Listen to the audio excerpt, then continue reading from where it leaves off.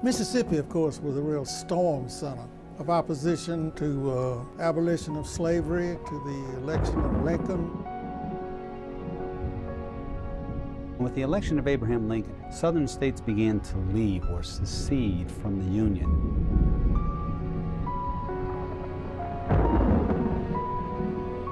A new Confederacy was being formed. A second American Revolution loomed on the horizon. With Lincoln's election, it meant that Lincoln had the power to appoint people to hold federal offices in places like Mississippi. And this terrified Southerners because they thought, my God, Lincoln might appoint an abolitionist. White Southerners feared losing their money, losing their way of life. There is a sense that everything that you stand for could be lost.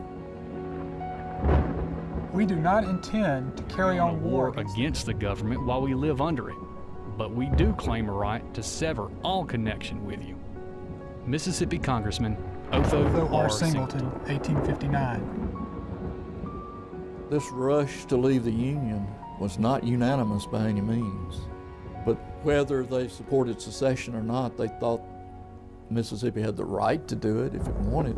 If you read what Mississippians said when they passed the ordinance of secession, it's clear that the only thing that created secession was the issue of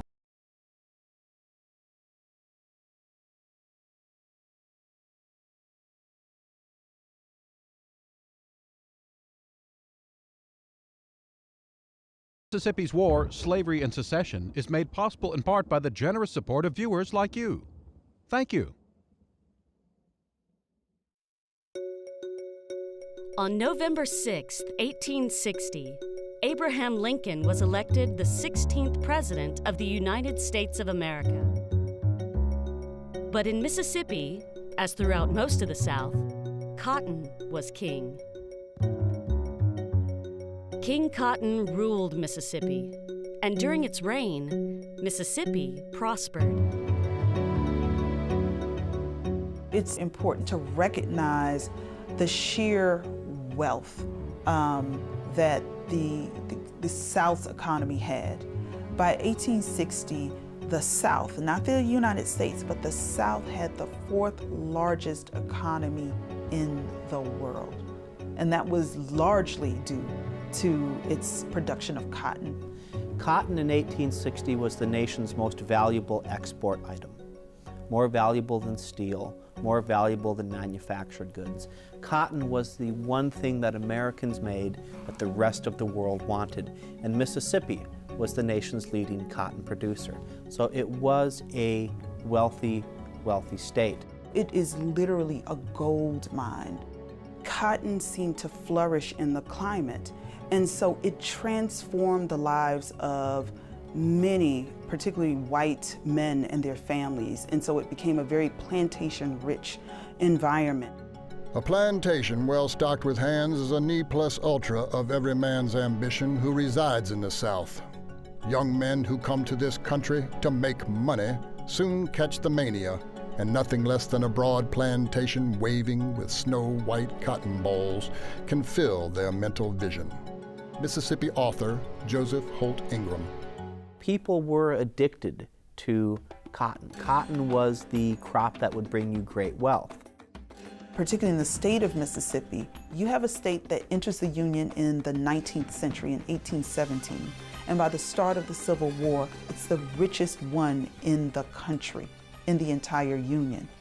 There are more millionaires per region than any other place in the United States.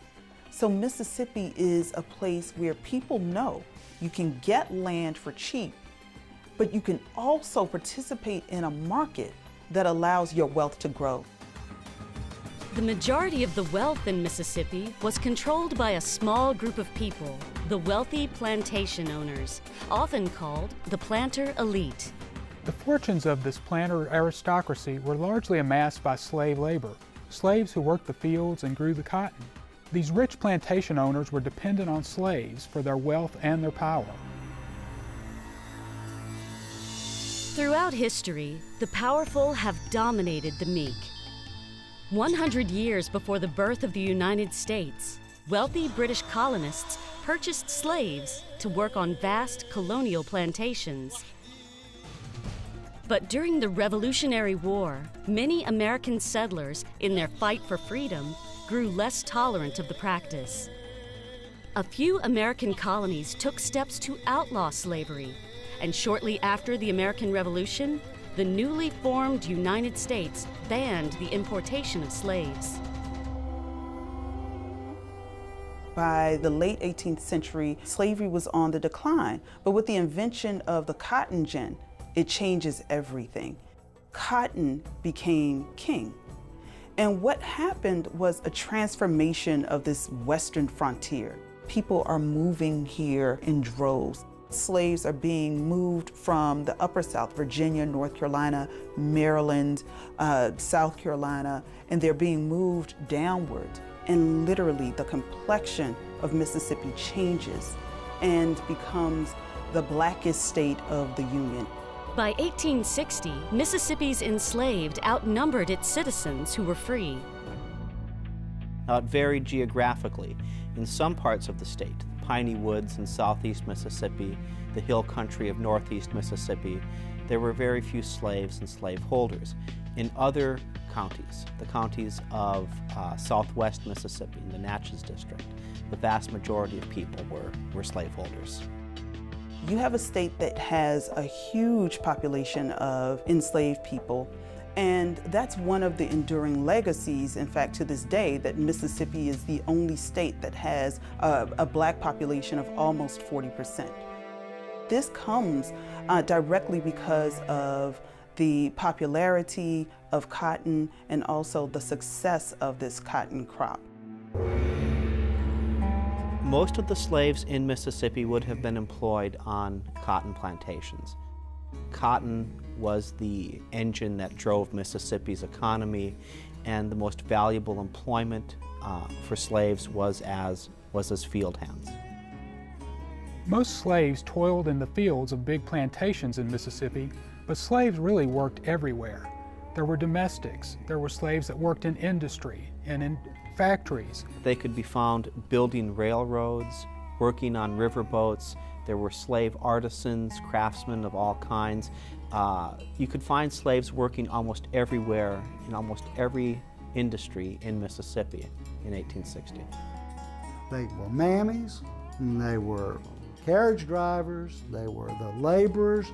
They sustained the Southern economy. They made fortunes for people.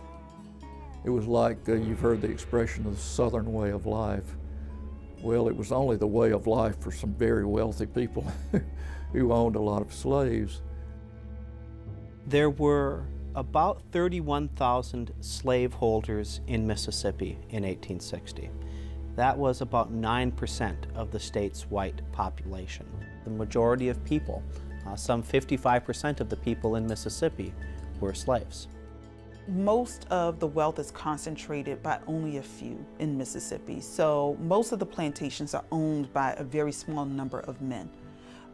But there are still slaves in, I call them kind of out communities, smaller farms where you may have a family who owns one or two enslaved people.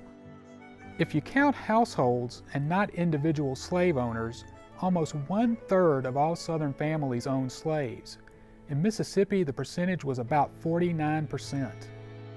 And you know, it's really interesting because that complicates the kind of generalities that we know about slavery.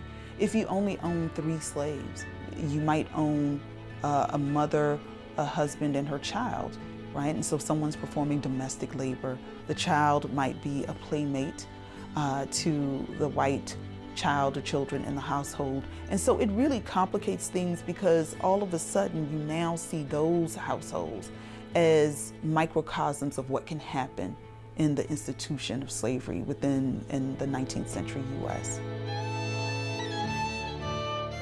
The South was overwhelmingly Christian in nature. Their form of slavery was more of a a softer nature type of slavery.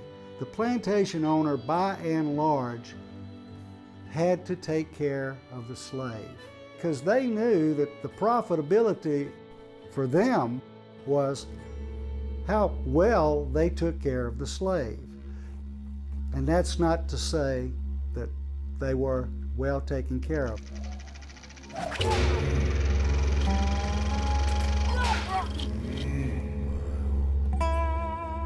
For me as a historian of slavery, when I read some of the accounts of the brutality, you know, it's enough to, you know, to really take your breath away, that these people could endure for as long as they did. Slavery was a very emotional issue. It had become so because of the agitation by anti-slavery people, which only made Southerners more defensive about the institution. I think to question an owner about whether it was right or wrong would seem absolutely ludicrous to him. Everybody participated in some way or benefited in some way from the institution of slavery, and they always had.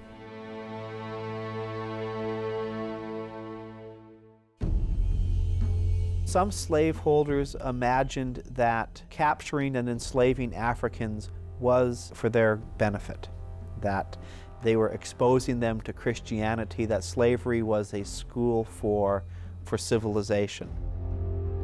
Some actually looked at it as it was their chance to be missionaries, even though they bought and were using these people.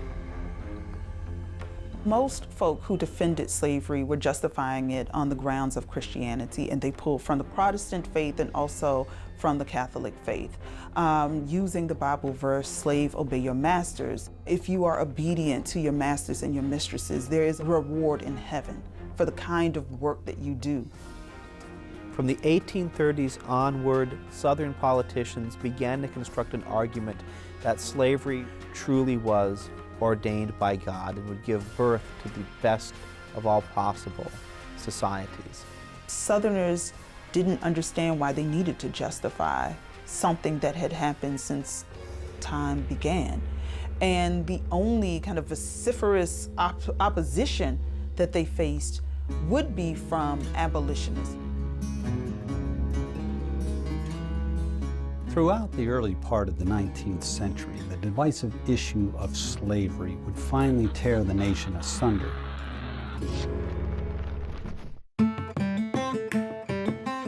Abolitionism was a campaign to end slavery and set slaves free. It was a movement that began back in the 1600s when many religious groups condemned slavery as unchristian. They were just a politically powerful small group of people. I think we have this idea that they were a kind of huge number of men and women who were dedicated to the abolition of slavery, and that wasn't the case at all. They were a really small group.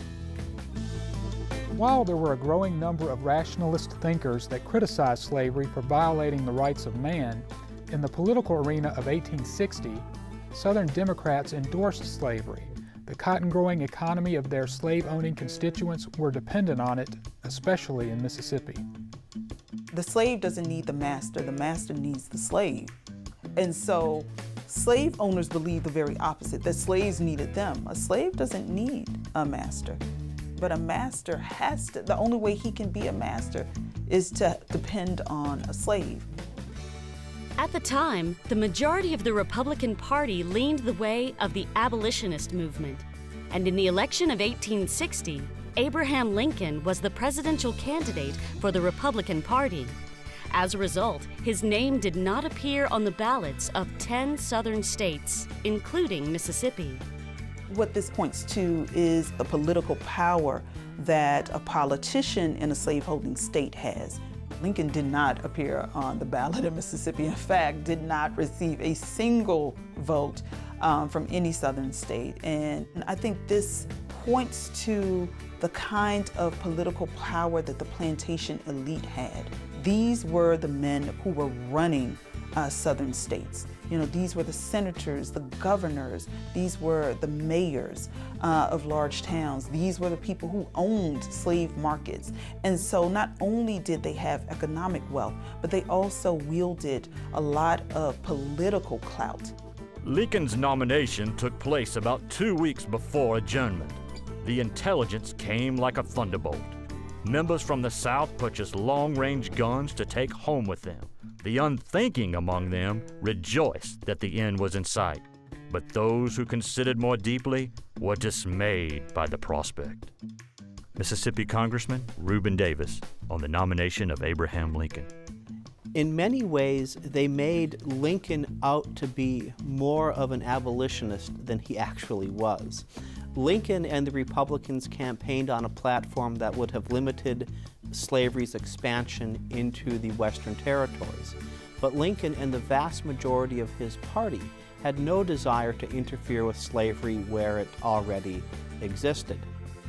But to many Southern politicians, he really did seem like a kind of boogeyman, I suppose. Wealthy plantation owners feared that if Lincoln was elected president, that it was just a matter of time before he abolished slavery, and they didn't want that to happen. Many fortunes were lost 3 years earlier during the first worldwide economic crisis, the financial panic of 1857. Wealthy Southerners were afraid that if Lincoln freed their enslaved, it would cause yet another financial disaster. It would have decimated the economy. It would have decimated it. Mississippi was built on the backs of a cotton economy. It was built on the backs of thousands, tens of thousands of black people who picked this, what they called white gold in the 19th century. It would have decimated it. It would be an economic burden on the South to have to give up their slaves. But Lincoln offered to reimburse slave owners. You know, free the slaves, we'll pay you for the labor you've lost. But nobody was interested in that. They're not necessarily interested in compromising with Lincoln at this point. It's a slap in the face to their way of life. They don't want to give up their slaves. The die was cast. The die for secession was cast in Mississippi in the election for president in November of 1860.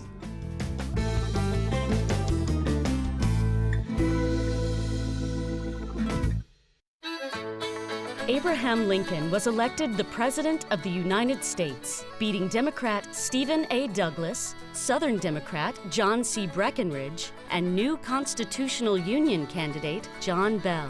Lincoln won all the anti-slavery states of the North, as well as the western states of California and Oregon. No ballots were cast for him in 10 of the 15 southern slave states where his name did not appear. Lincoln was elected by Northern voters. He did not even appear on the ballot in many southern states. He didn't appear on the ballot in Mississippi. For many Southerners, this signaled a kind of sea change, that in the future, the North could elect a president without having the support of Southern voters. The South essentially had become a political minority in the country and was an increasingly weak minority.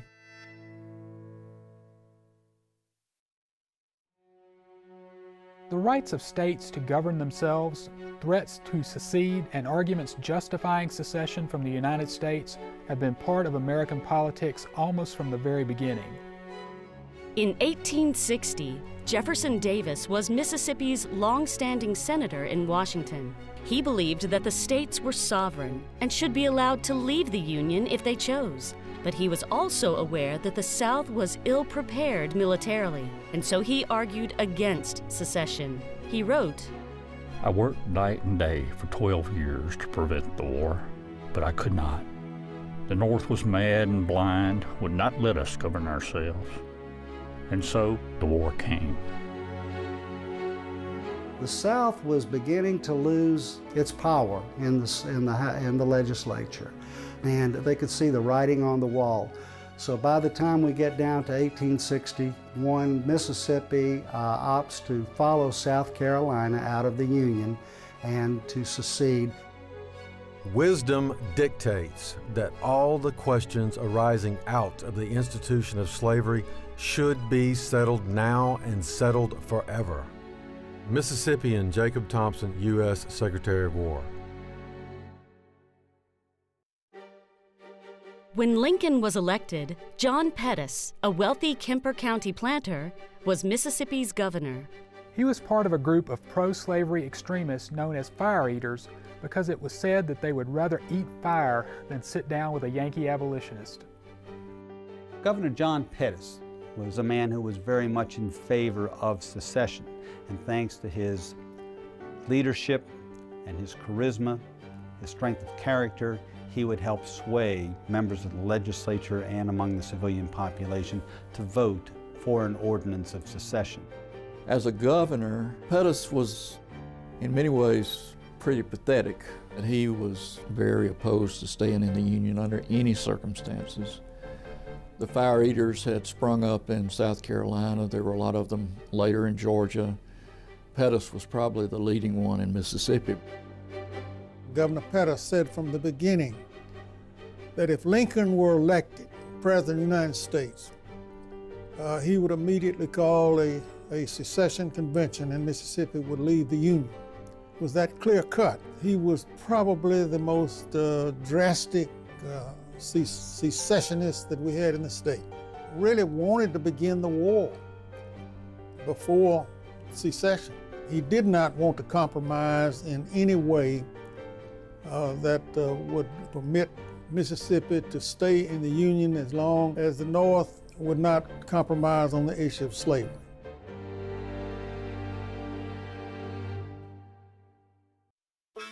Even before Lincoln was inaugurated, Pettus called for a secession convention and brought together delegates from every county in Mississippi, where they argued for or against secession. Not all Mississippians were as gung-ho about secession as Governor Pettus and his fire eaters. You must remember, only a few Mississippians owned plantations. Not everyone grew cotton or owned slaves. Those who have been long desirous for a pretext for secession now boldly advocated their sentiments and joyfully hailed the election of Mr. Lincoln as affording that pretext. The conservative men were filled with gloom. Secession they regarded as fraught with all the evils of Pandora's box, and that war, famine, pestilence, and moral and physical desolation would follow in its train. Mississippi Unionist Reverend John Hill Augie.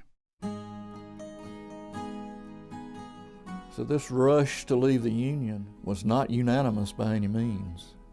And two, you have to figure in the patriotism of Mississippians and other Southerners.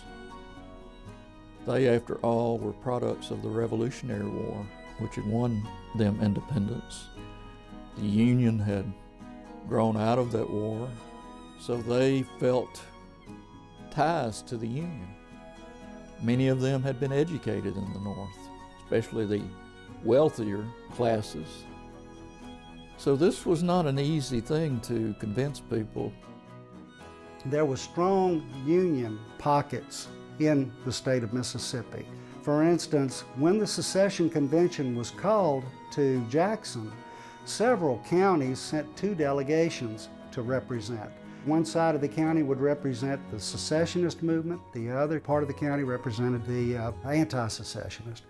Tishomingo County, which at the time was a very large county, sent 4 pro-Union delegates to Governor Pettus's convention. Their lives here were tied to railroad commerce, interstate commerce. There wasn't a lot to gain by separating from the Union. And they're sent down to that convention specifically for the fact that they're not ready to leave the Union yet. They want to wait and see what's going to happen. They voted against secession. Those people lived in hilly country. They didn't have plantations. They didn't grow cotton, so they didn't have many slaves. There were very few in that area. Also, there was dissent in South Mississippi, central South Mississippi, because there were not concentrations of slaves down there. There were not plantations. Jones County did not produce that much cotton. It had the smallest slave population of any county in Mississippi. When the Secession Convention came in 1860, Jones County elected a delegate who ran on a platform opposing secession. Not every Mississippian was interested in secession. In fact, the ironic thing about Mississippi secession is that some of the larger slaveholders along the Mississippi River were opposed to secession because they worried about the impact that the loss of slavery would have if a war came and the war did not go the way they would have liked it to go. There are many who believe that the best way to preserve slavery was to stay in the Union and maintain control that way. Vicksburg, ironically, Natchez, two areas that depended heavily on river traffic, were not anxious to secede because they knew what it was going to do to their businesses. The two largest cities in the state of Mississippi voted against secession. But as the bulk of the rest of the state voted in favor, the pro-union sentiment expressed here in Warren County and in Adams County would be stifled. The real argument was not whether Mississippi would leave the Union. That much seems to have been certain. The question was, should Mississippi secede immediately, regardless of what other states did? Because remember, at this point, only South Carolina had seceded.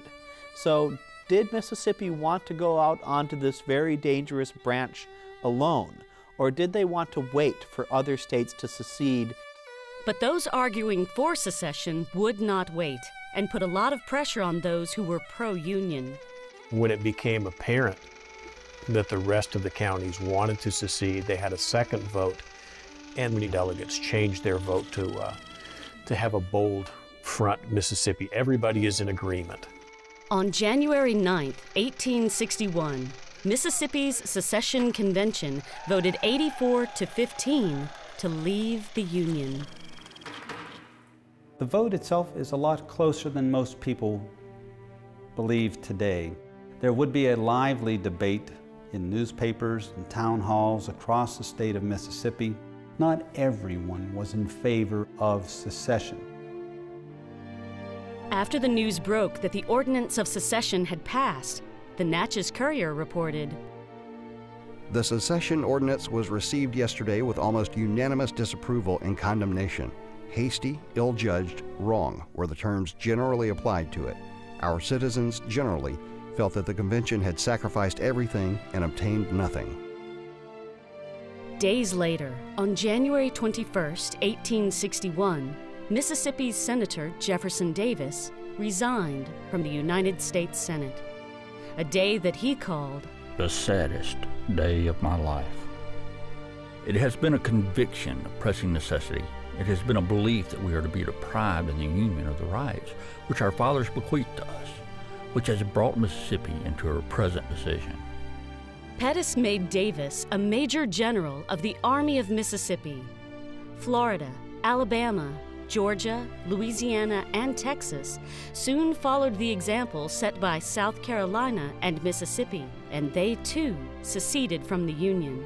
These 7 cotton-growing states came together and formed the Confederate States of America on February 4, 1861.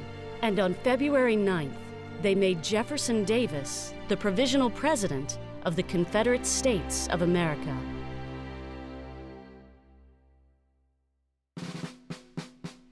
Their whole argument for secession was that they felt that they were losing their freedom, their rights.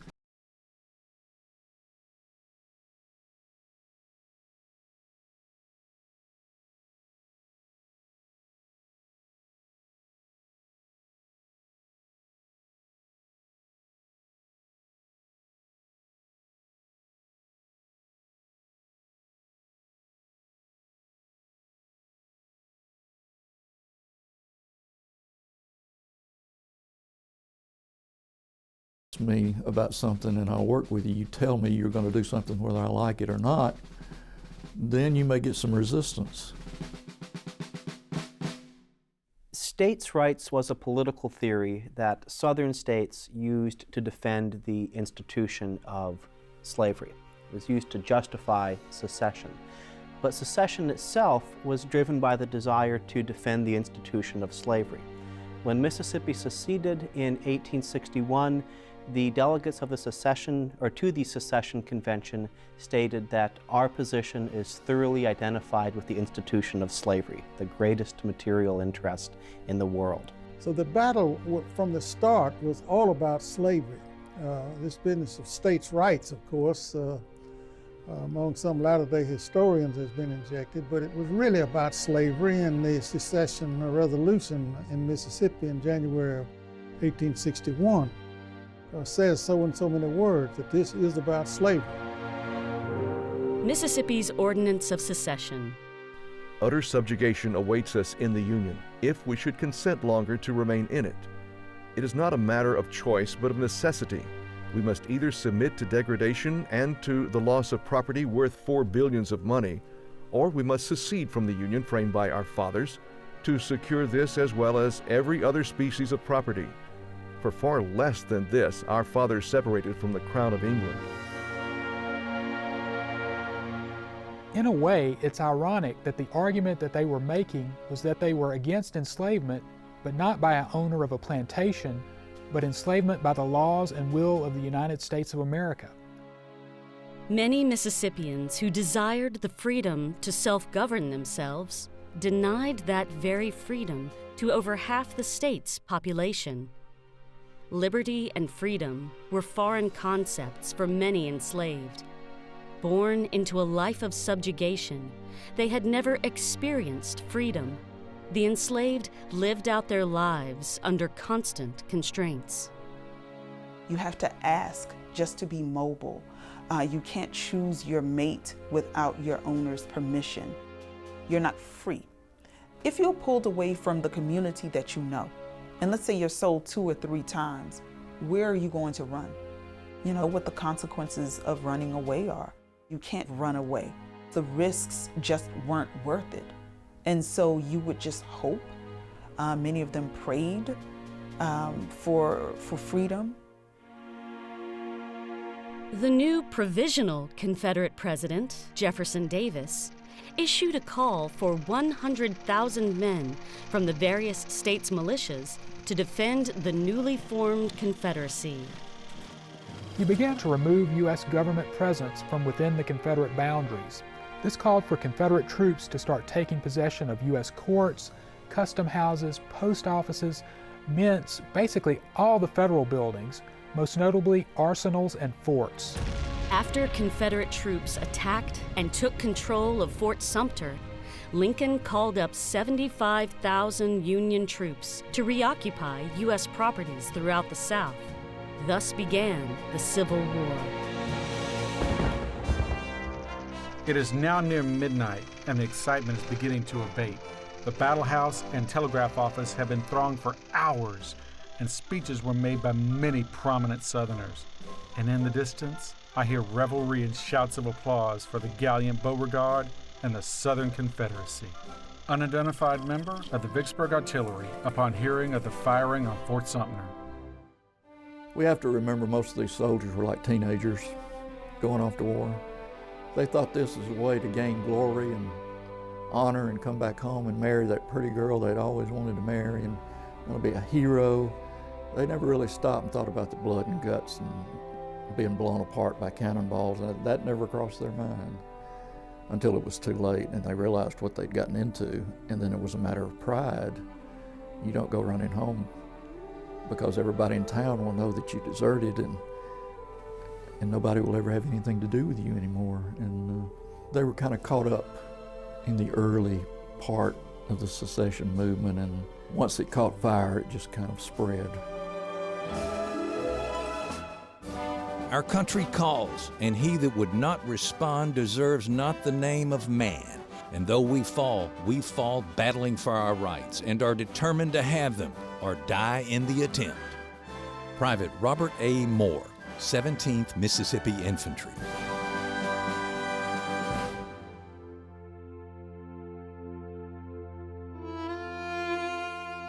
Here in Mississippi, the Magnolia State would send her bravest and most noble sons to the conflict, Men of prominence such as Earl Van Dorn, William Barksdale, and Jefferson Davis would be quick to respond to the call of the state. Tens of thousands of these Mississippians would die on the fields of battle, reaching all the way from Pennsylvania to the Mississippi River and beyond. Mississippi's brave sons marched into battle in faraway places, at Bull Run, at Port Royal, and off the coast of Norfolk. But as the war dragged on, the battlefields grew closer and closer home. Shiloh fought on April 6th and 7th of 1862 would be the bloodiest battle ever fought on the North American continent up to that date. The battlefield at Shiloh, just a few miles north of the state line with Mississippi, would be a bloodbath in which thousands upon thousands of soldiers north and south fell on the field of battle, including many Mississippians. The brutal two-day battle produced over 23,000 casualties. A tragic irony, considering the name, for Shiloh means place of peace.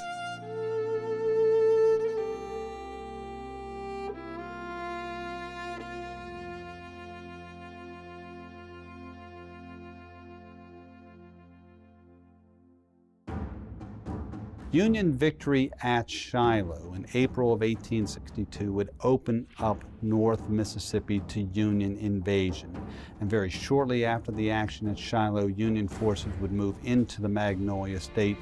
Mississippians feared the possibility, the threat of invasion from Northern forces, that this might encourage slaves to rebel. With slave owners gone, with their sons gone, with overseers gone, it left women, young men, old men in charge of the plantations, and they were afraid that these people would be unable to control the South's large slave population. For black people who are living on plantations and slave communities, masters and their sons are now away. And so there's a change in terms of the hierarchy on plantations, right? You now have to listen to plantation mistresses. Many enslaved people don't. They become insubordinate. And many white Mississippians sensed in some way that they were sitting on a powder keg. Again, over half of the population was enslaved. How stable was that society? How would the slaves react to their masters leaving? How would they react to the arrival of Northern forces? And right from the beginning of the war, there were rumors of slave insurrections throughout the state, and those rumors became more frequent as the war progressed and as Northern forces actually began moving into Mississippi. The invasion of Mississippi began in May of 1862 with the Union Army seizing control of the rail junction at Corinth. In Corinth, you have the intersection of north-south and east-west rail lines. It was referred to at that point in time as perhaps the most strategic city in the Confederacy due to those rail connections. But with the fall of Corinth, the focus of military operations in the west will truly center on the fortress city of Vicksburg.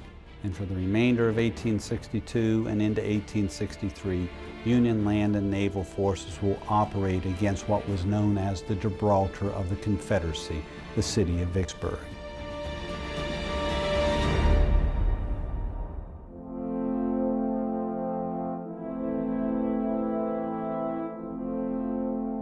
The big thing about Mississippi in the Civil War is that an awful lot of key events happened here that had an impact on the way the war was going to go and the way the war resulted. Mississippi and Mississippians would experience war firsthand and see the horrors of war in their own homes. All the way from Ship Island on the Gulf Coast to Corinth in North Mississippi, Iuka and Meridian in the east to Vicksburg on the west, the entire state of Mississippi became a battleground, and scores of major engagements and minor actions were fought on the soil of Mississippi. By war's end, the state was pretty much left a desolate ruin. Nobody in their right mind craves war. The wealthy southern cotton growers didn't want war. They had hoped that the great desire for mighty King Cotton would prevent war. That didn't happen.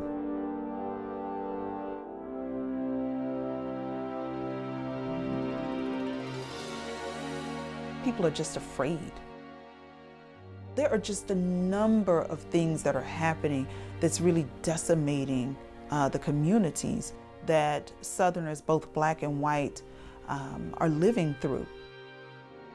In Mississippi, there's great death and sickness. People are hungry.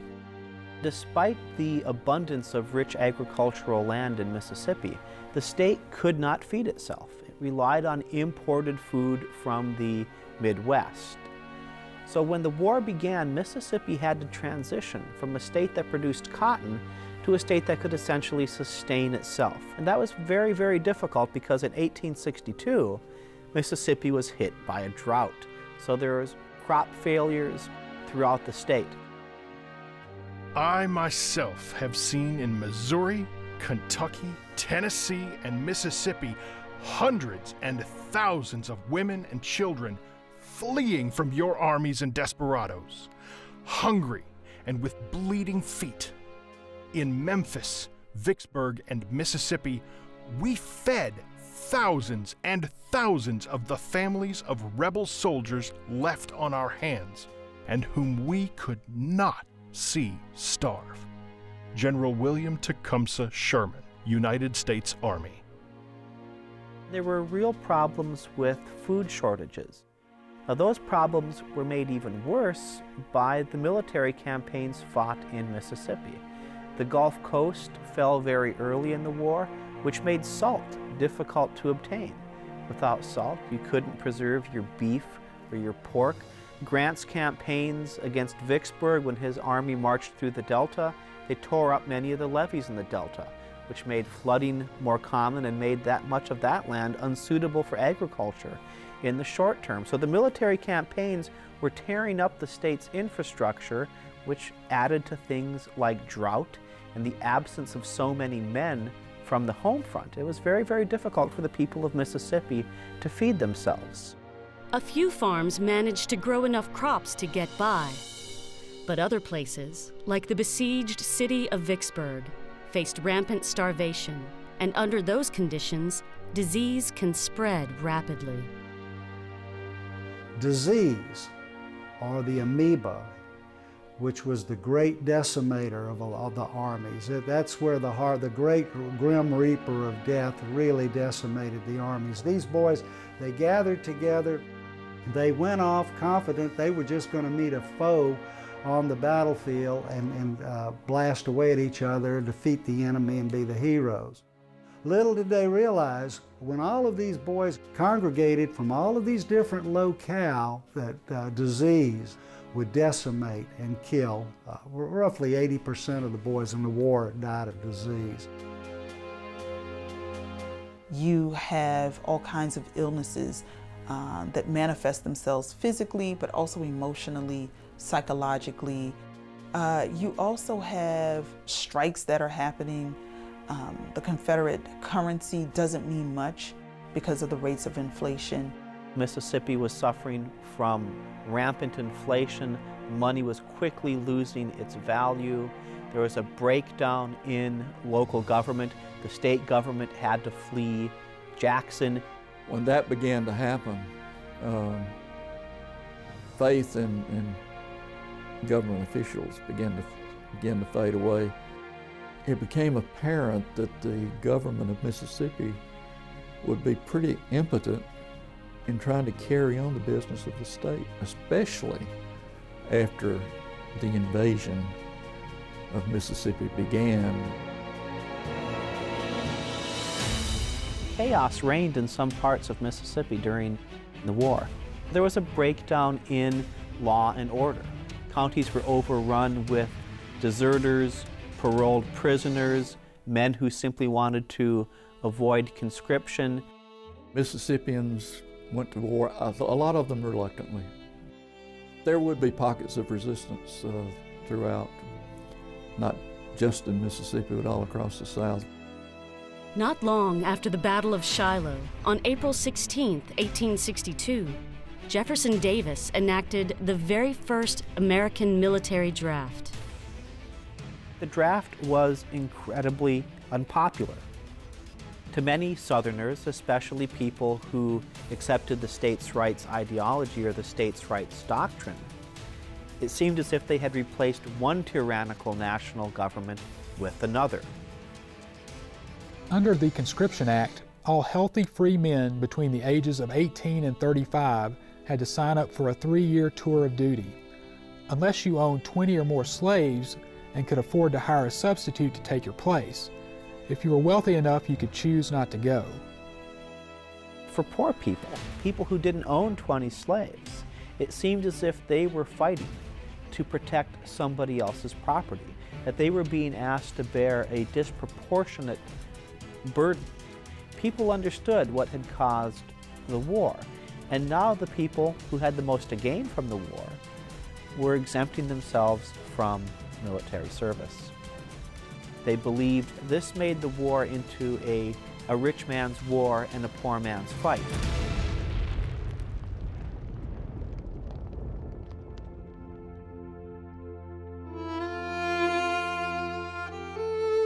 But once the war came along and then people started dying, and it really didn't matter who was shot down on the battlefield, whether it was a rich guy who owned slaves or a guy who came from a poor white family who owned no slaves.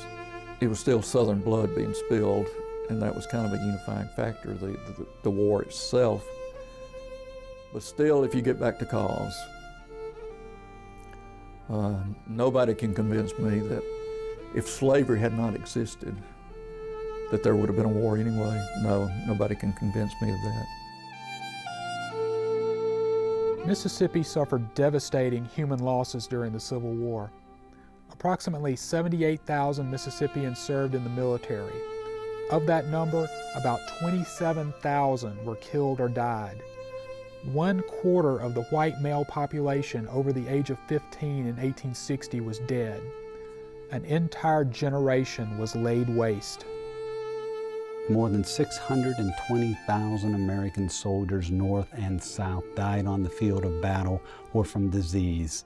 It was the costliest war in terms of human life in American history. On July 4th, 1863, Vicksburg, the great Gibraltar of the Confederacy, fell after a 47-day siege. Union forces took control of the Mississippi River, effectively splitting the Confederacy in half. Vicksburg was really the turning point, not just in Mississippi, but of the Western theater of the Civil War, and I would argue even of the Civil War altogether. After Vicksburg surrendered, there were a lot of people in Mississippi who gave it up. They didn't want the war to go on. The loss of Vicksburg pretty much put the Union Army in control of Mississippi. Confederate General-in-Chief Robert E. Lee surrendered to Ulysses S. Grant on April 6, 1865. 6 days later, Southern sympathizer John Wilkes Booth assassinated President Abraham Lincoln. Today, Lincoln is considered one of the most beloved of all American presidents. But that wasn't the case during the Civil War. Lincoln was so hated during his presidency that he received well over 10,000 death threats. As a governor, Pettus is very prominent in newspapers and wherever early in the war. But as time passes, he really becomes less relevant. He was just pro-Confederate, let's get the Yankees, kill the Yankees. But as the war began to come to Mississippi, there was not much he could do to stop it. Pettus took the loyalty oath twice after the war, but he was convinced that he'd been singled out for special punishment, maybe for execution. Was afraid he was going to be captured, so he fled to Arkansas, crossed the Mississippi River and went into the swamps in the Arkansas Delta and lived as a fugitive there. And he died, was buried in a cornfield there The result is that John Pettis lies today somewhere in an unmarked grave, his grave as lost as the cause for which he so gallantly fought. As the body of President Lincoln was being laid to rest in the Oak Ridge Cemetery of Springfield, Illinois, Confederate Lieutenant General Richard Taylor surrendered all remaining rebel forces in Mississippi to Major General Edward Canby. It was May 4th, 1865. The Civil War was at an end, but in many ways, Mississippi's true struggle was just beginning.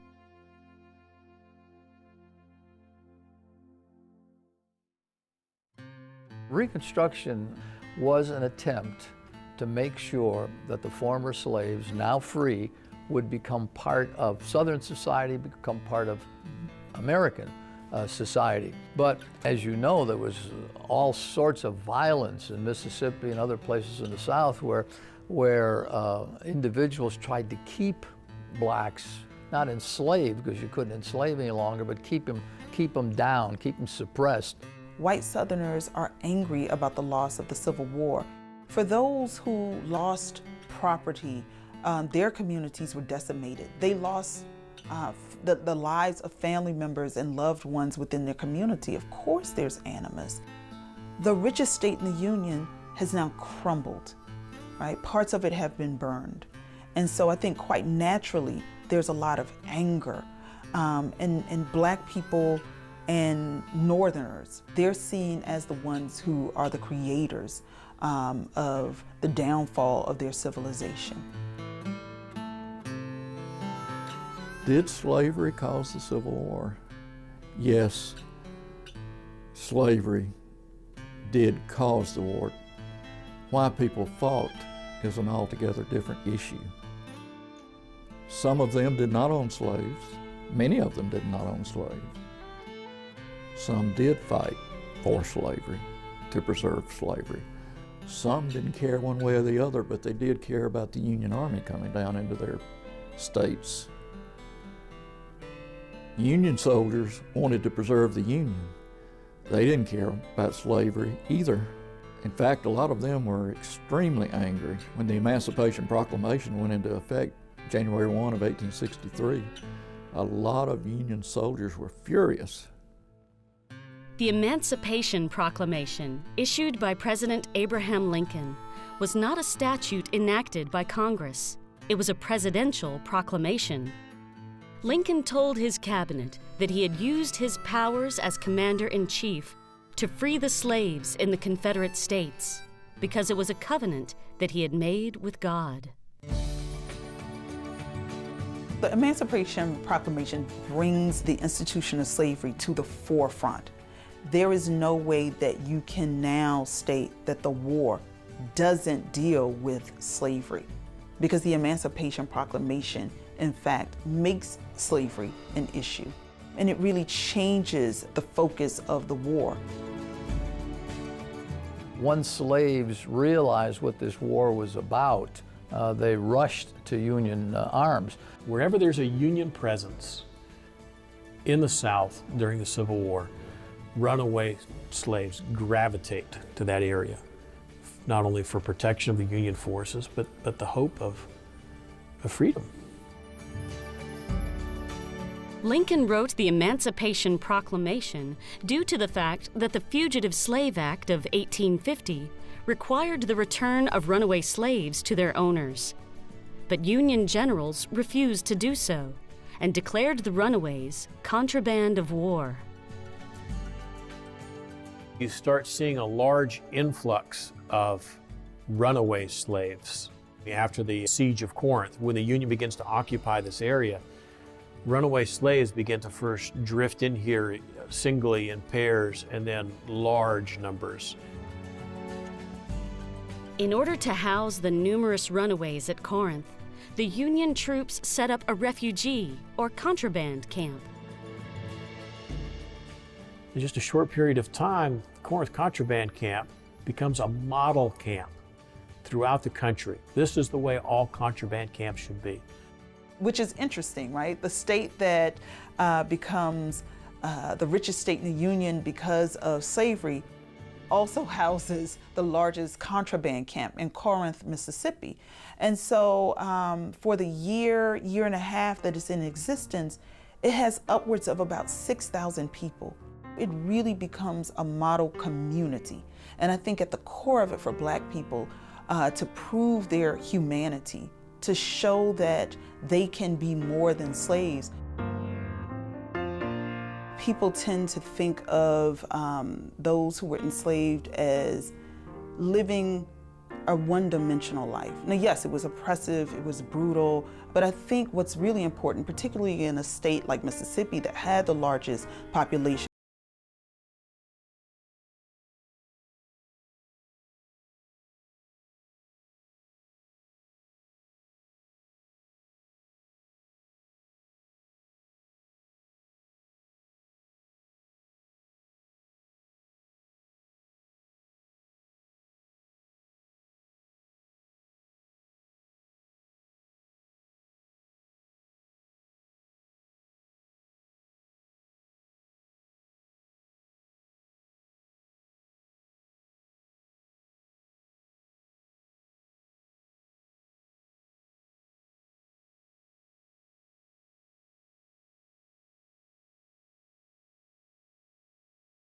taxes. During this time of Union occupation, you see a large influx of Northerners coming down. Later they'll be called carpetbaggers, but these are folks that are looking to make a few bucks. People were coming into Mississippi from other parts of the South, from places in the North, but they were coming to try to take advantage of the cotton trade. And realizing the potential, bought up a lot of these plantations and then created a new slavery for white and black by low paying, okay, you're free to go, you can come and go, and you're free to go. You got to take care of your own medicine. You got to take care of your own food. You can live on the place. I provide a company store on the plantation. Now the company store had all kind of beautiful little items and trinkets and jams and jellies and pies and all kind of stuff in there which you could buy on credit. So the freedman, white and black, who worked on those fields got so in debt to the company